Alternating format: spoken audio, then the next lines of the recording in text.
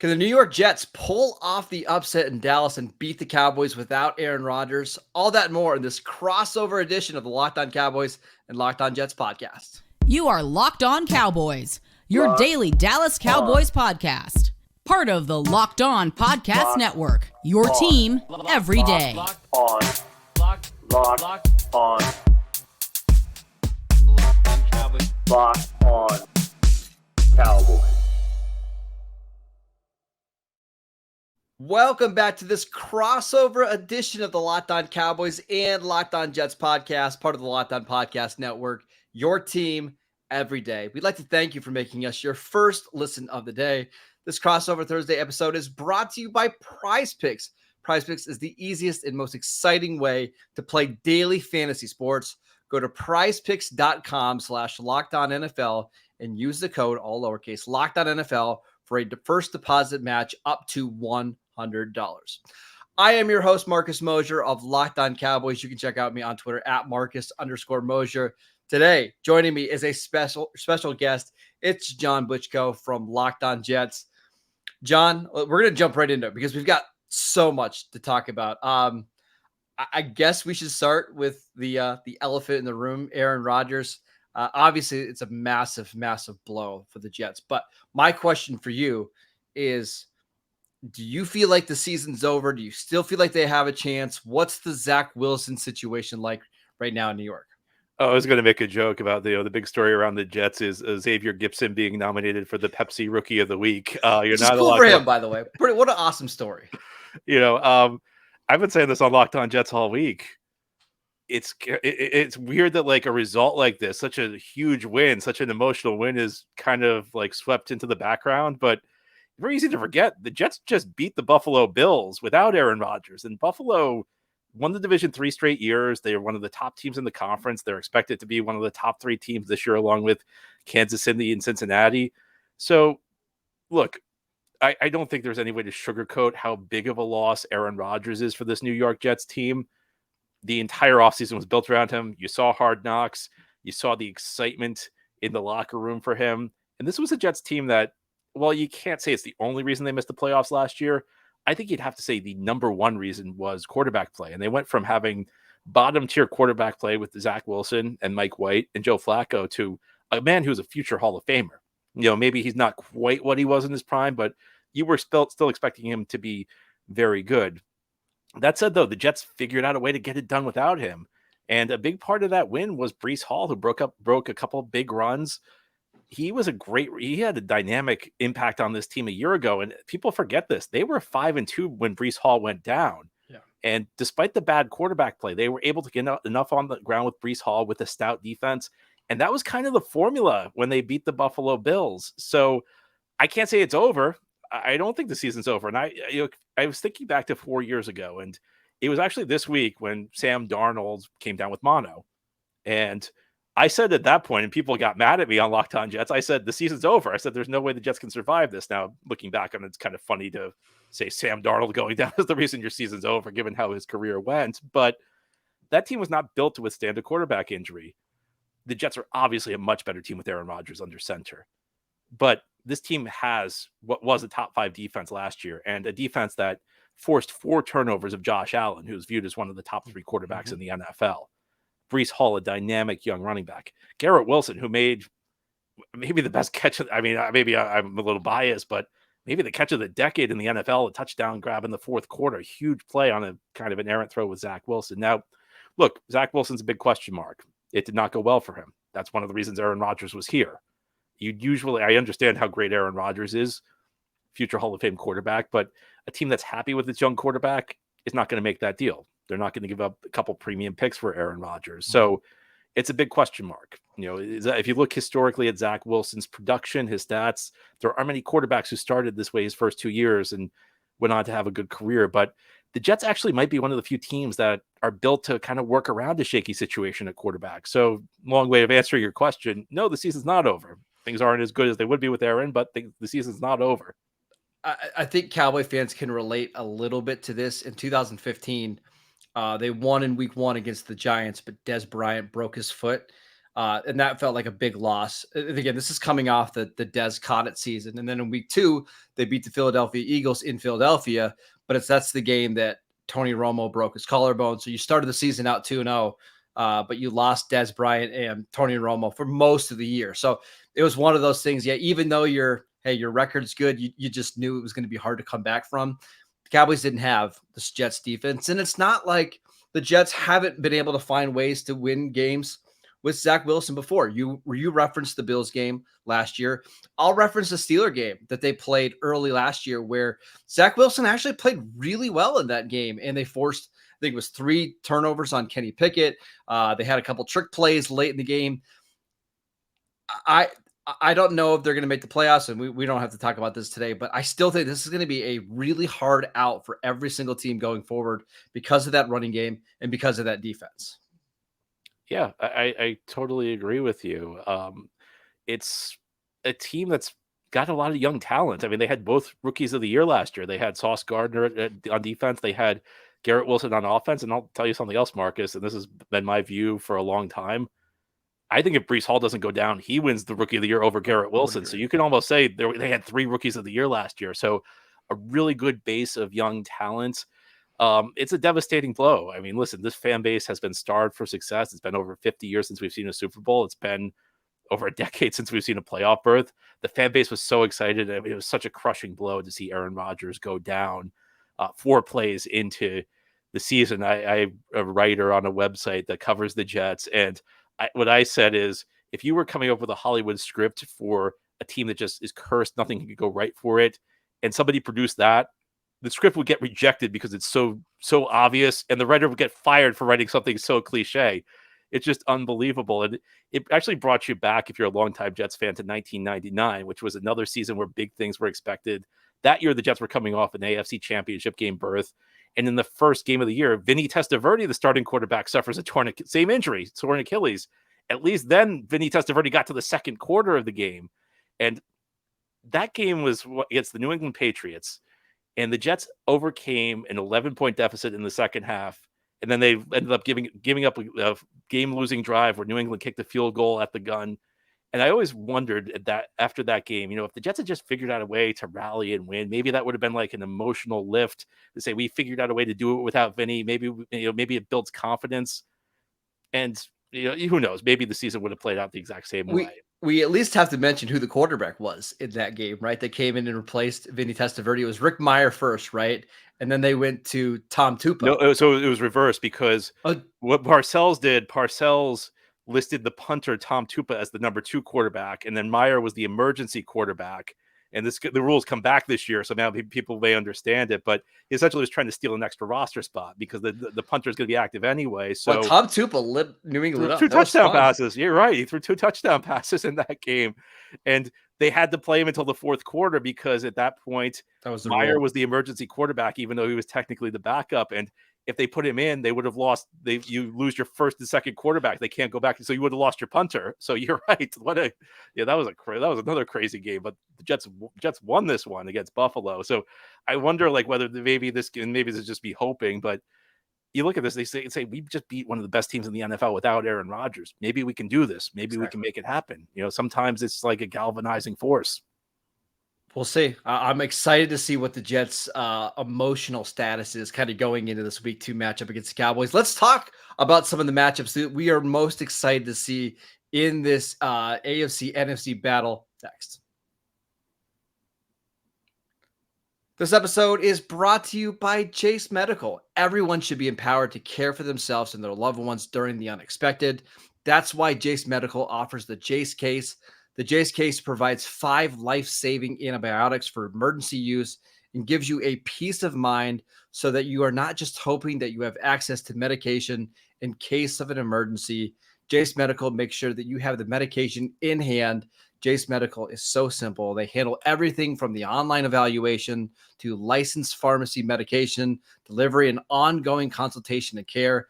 Don't get caught unprepared. Save more than $360 by getting these life-saving antibiotics with Jase Medical, plus an additional $20 off by using promo code LOCKEDON at checkout on jasemedical.com.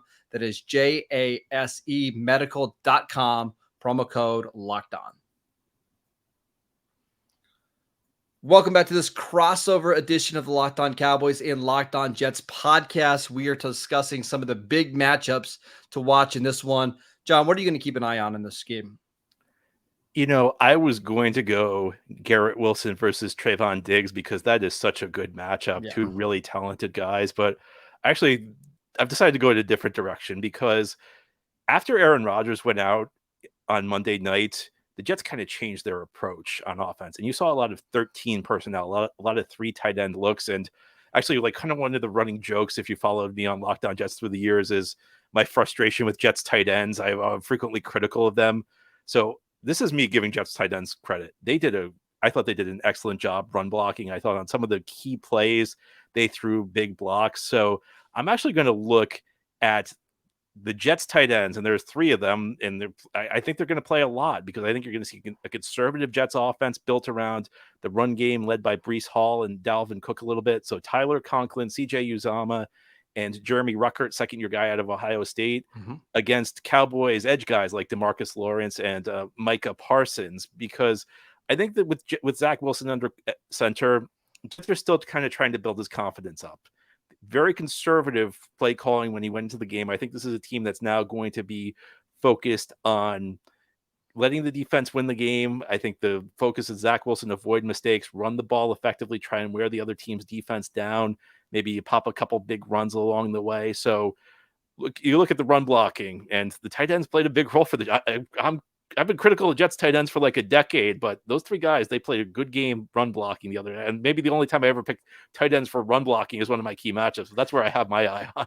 And I won't be surprised if we see the Jets use a lot of Allen Lazard because he's such a big body. He's a good blocker. Motion him inside, have him chip Micah Parsons or have him chip Lawrence just to try to create some run games. Because I think the last thing that Nathaniel Hackett and Robert Saleh want in this game is Zach Wilson, having to take a 7-step drop with this offensive line. Because, just from my perspective, I thought Dwayne Brown struggled a little bit at left tackle on Monday night. Mekhi Becton was a little bit more up and down, did get beat inside a few times by Gregory Rousseau. But they're going up against the Cowboys defense that had 7 sacks last week, and honestly could have probably had more if they didn't call the dogs off in the fourth quarter and they left Micah Parsons in. So I think you're right. Like, if the Jets can run the ball 30, 35 times a game, protect their young quarterback, and just lean on their defense, I think that's the recipe, maybe not to win the game, but to at least keep it close going in the fourth quarter. Yeah, and I'm usually not a big fan of this approach because I think it leads to close games, and in close games, bad things happen. It could be a bounce of the ball. It could be a bad call can go against you, but I think this is the recipe for this Jets team. You mentioned the Cowboys pass rush. It's ferocious.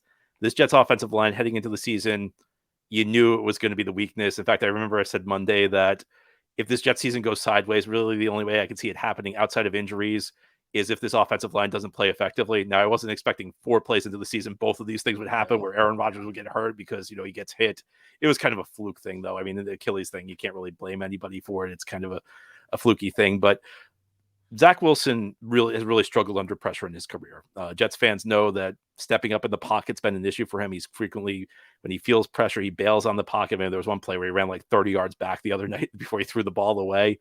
So I think this is a game where it definitely makes sense for the Jets to try and run the ball effectively. And, with the defense that they have, they can lean on this defense. I don't think there are many teams in the NFL that can lean on their defense to hold down their opponent week to week, but I do think the Jets defense is really talented and has the ability to do so. Yeah, the Cowboys, I think, are one of the other defenses that do have the ability to do that. But I want to go to the other side of the ball really quickly.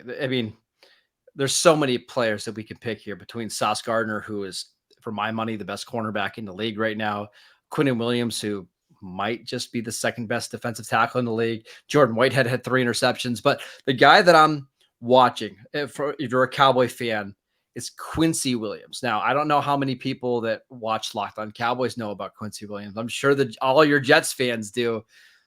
That guy can fly. And I think the Cowboys, with this new offense that they have, trying to get rid of the ball quickly, swinging it to Tony Pollard, they've got some injuries on their offensive line. Tyler Smith probably won't play. Quincy Williams is the guy that they have to watch out for because he can be a game wrecker with his sideline to sideline speed.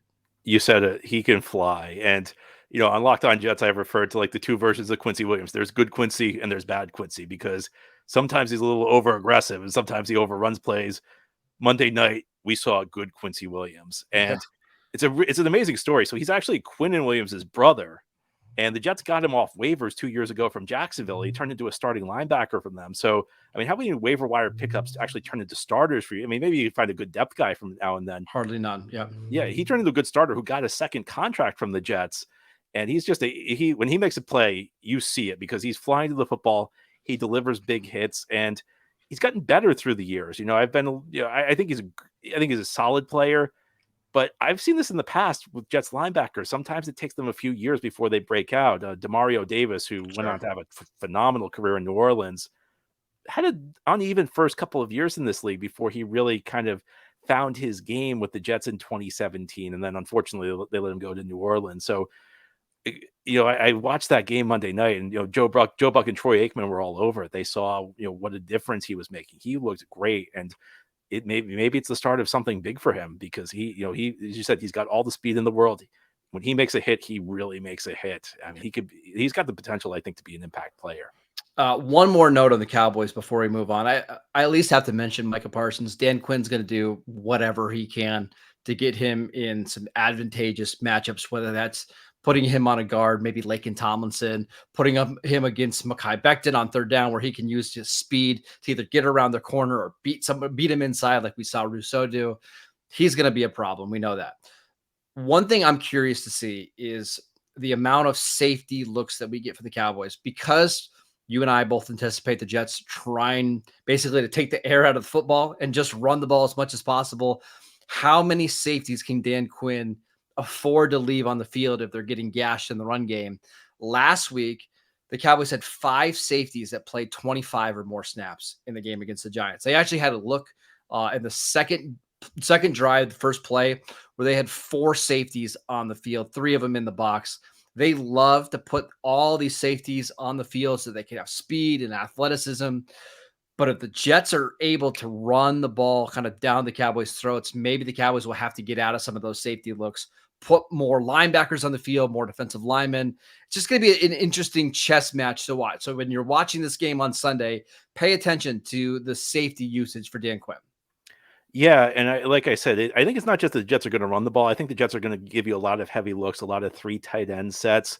And, part of me thinks this is really kind of an interesting approach because Dan Quinn's not alone. I think Dan Quinn does it, in a very interesting way, but the trend in the NFL is to get faster on defense because the passing game is so prevalent. So I almost feel like that when you go bigger, when you load the field with tight ends, you kind of force defenses out of their comfort zone. You're forcing them to use personnel packages that they're not used to. So I think that's going to be one of the interesting things to watch. If the Jets can run the ball effectively, and Breece Hall is a guy, I think he's the guy on offense right now for the Jets. Now they still kind of have him on a pitch count because he's coming off a knee injury, but in two runs against Buffalo, he already had 100 yards. He's a big play threat. Really interesting guy because I think his career average per rush is around 6.5 per carry, but his success rate's only like 35%, which is like the bottom of the league. So he's like all or nothing. And I don't think the reason the success rate is so low is because of anything he's doing wrong. I think the Jets just face loaded boxes.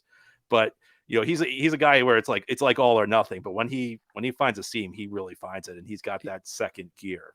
He's kind of like this decade's version of Chris Johnson, who played with the Titans, right? Like if you block it right, he could be gone for 75 yards on any single play.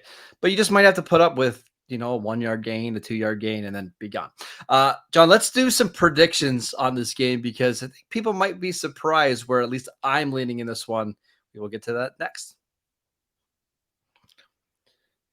This episode is brought to you by PrizePicks. PrizePicks is the largest independently owned daily fantasy sports platform in North America. It is easily the most exciting way to play DFS because it's just you against the numbers.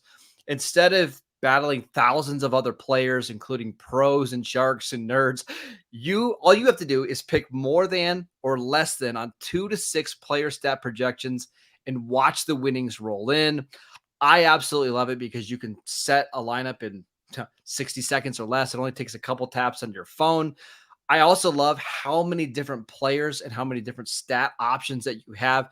Basically, any player that you can think of, any offensive player, you can get their stats. You can bet more than or less than. So much fun. And you can win up to 25 times your money this football season.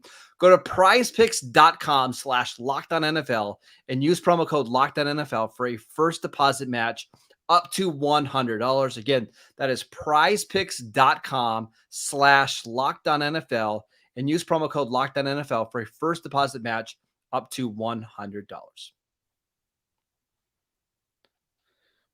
Welcome back to the Locked On Cowboys and Locked On Jets podcast. We want to thank you for making us your first listen every day. We've got our prediction time here. Right now, our friends at FanDuel have this game set as Cowboys favored by 9 points. I believe the total is 39.5 the last time I checked. John, who do you have winning this game and why? I have Dallas winning this game. Now, I think the Jets will beat the spread. I think that the Jets are going to play a tough game. I think that, this is a team that's going to travel well through the season, even without Aaron Rodgers. They're going to play great defense. They're going to be able to run the ball effectively. I think that the pathway for the Jets to win this game is maybe the Cowboys feeling a little bit too good about themselves after such a great performance. Maybe saying, okay, well, we're up against Zach Wilson, not Aaron Rodgers. And, I think back 4 years ago, the last time these teams played, and that was a dreadful Jets team, and the Cowboys went up to MetLife Stadium. And I mean, I think the only reason the Jets won is the Cowboys didn't take the game seriously. It was 0-6 Jets, right? Oh, my goodness. Yeah. Sam Darnold, baby. Oh, yeah. Sam, he had a good game that day. Who really had a good? Jamal Adams had an amazing game. I think right. That was the best game I've ever seen Jamal Adams play. Yeah, he was the guy that had like the pressure on the 2-point conversion. I was at that game. He had the pressure on the 2-point conversion that won it for the Jets. I don't think they're going to overlook this Jets team the way they did that Jets team, and that was a horrible Jets team. This is a decent ball club, but after week one, sometimes maybe you feel, especially when you dominate the way the Cowboys did, maybe you feel a little bit good about yourself, but I don't think that's going to happen. I think that's the pathway for the Jets to win the game. I think this is going to be a competitive game. I think it'll be a very low-scoring game. I think I would take the under on this. Mm-hmm. But I think at home, I think the Cowboys have a little bit more firepower on offense. So I think I'd go Cowboys 17, Jets 13. Jets cover the spread, but Dallas wins the game. I think this is going to be a rock fight, right? I wouldn't be surprised, John, if we get like a 9-6 game going into midway, the third quarter. And it's just one of those kind of back and forth field position games. I will say there is a game script here where, Dallas gets off to a 10-0 start and the Jets are forced to pass the ball more than they would like to. And that's when the Cowboys can just tee off on Zach Wilson. Obviously, the Jets are going to do everything in their power to avoid that. But there is that possibility, like we saw last week against the Giants, where you just get behind the 8 ball and the Cowboys team is built to play with the lead. And it's just so hard, especially with the Jets playing on the road with a new quarterback on a short week, traveling to Dallas to win those type of games. But I think you're going to see this defense play absolutely incredible. And on the flip side, I wouldn't be surprised if you see the Cowboys have a little bit more of a conservative game plan on offense, knowing what's on the other side, with the quarterback on the other side. And maybe rather than taking on 3rd and 11, the deep shot down the field like Josh Allen did, settle for the layup. It's okay to punt the ball and play the field position game. I'm going to pick the Cowboys 20-17 in a pretty ugly, low-scoring game. Yeah, and I think your point is accurate. There is like a scenario where the Cowboys jump in front, and then it's a long day because you said it earlier. If they get Micah Parsons against Mekhi Becton, I like Mekhi Becton. I've been pleasantly surprised by him, but he's a big guy. That's a bad matchup for Becton. Exactly. The one type of pass rusher he struggles against is like a guy like Micah Parsons. So I think that's a really tough matchup. I mean, I think there are 3 possible outcomes to this game. I think it's Cowboys win close, Jets win close, or Cowboys win in a blowout. I think the way the Jets play right now, they're not going to blow a lot of teams out, especially the team of Dallas's caliber. So it's about withstanding that initial storm from the Jets, making it a close game. Then I think you take your chances. Yeah, the Jets I think they have to play a pretty clean game. You can't have turnovers. You can't have missed kicks. You can't have bad punts. Like if they can play well on, all 3 phases and limit the amount of mental mistakes, I do think they're going to keep themselves competitive in this game because they are so immensely talented on both sides of the ball outside of the quarterback position. But should be a good one. Even though Aaron Rodgers isn't playing, it bums me out a little bit because I kind of want the Cowboys, if they're going to really be a good team, like a really, really good team, I wanted them to be able to, to slay some of their dragons. And Aaron Rodgers has certainly been one for them over the last decade and a half. So not to get to play him is unfortunate, but the Jets aren't going to lay down. This is going to be an awesome test for the Cowboys offense in this game. And I'm so excited to watch it on Sunday at 4:25 p.m. Eastern time. John, we want to thank you so much for joining the show. Go check out Locked On Jets. Go check out Locked On Cowboys. We are both free and available on all platforms. We post shows every single day over on YouTube. Busy time, especially for the Locked On Jets. There's bonus episodes coming out all the time. John, enjoy the game. I can't wait to chat with you soon. Same here, Marcus. Maybe one day with the Super Bowl, talk before a Super Bowl. That'd be fun. Maybe this year. We'll see. Have a good day, everybody. We'll see you right back here tomorrow.